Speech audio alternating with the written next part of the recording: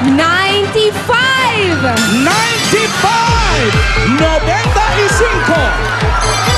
Si ate, ginulo ang buhay sa mas malayo dumaan. Halika dito, Neng! Takbo!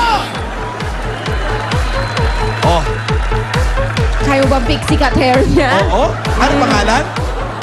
Para naman nakadikit yung shades mo. Tumakbo ka na't lahat, hindi nahulog talaga. Pangalan natin. Remedios. Taga saan tayo? Walang mo para sa pinili. Pulang Lupa, Las Piñas. Ano gagawin mo dito sa 10,000? Bibili ko ng gamot. Sino may sakit? Ano sakit mo? Puso. Sa puso? O, dahan-dahan Oh, na po wag mo tayo, siyang ha? ma-excite. Baka, Oh, baka ang pag na-excite kayo, pagbilang mo, matayin ha? tayo, ha?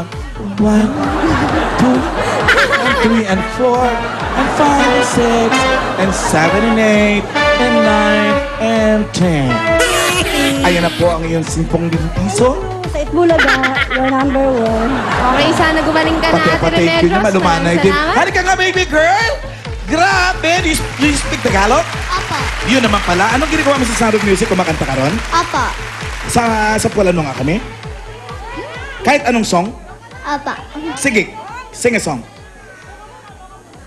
Ang ganda! Ang galing mo!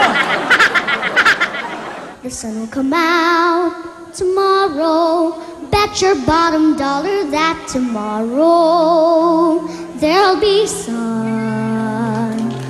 Just thinking about tomorrow. At lahat ng Clears mga away babagat the sa TV, cobwebs and lahat kayo, may Itbulaga t-shirt na limited edition. Till there's Sa mga dapat ka sa Facebook naman namin, punta na sa Itbulaga fan page para sa chance manalo ng limited edition Itbulaga shirts at Dabar Cats Pass. Congratulations sa lahat ng winners. Alam niyo na, para diretso sa premyo, sabay-sabay dapat ang galaw. Dalawang direction lang yan. Kaliwa o kanan. Wave, win-win-win.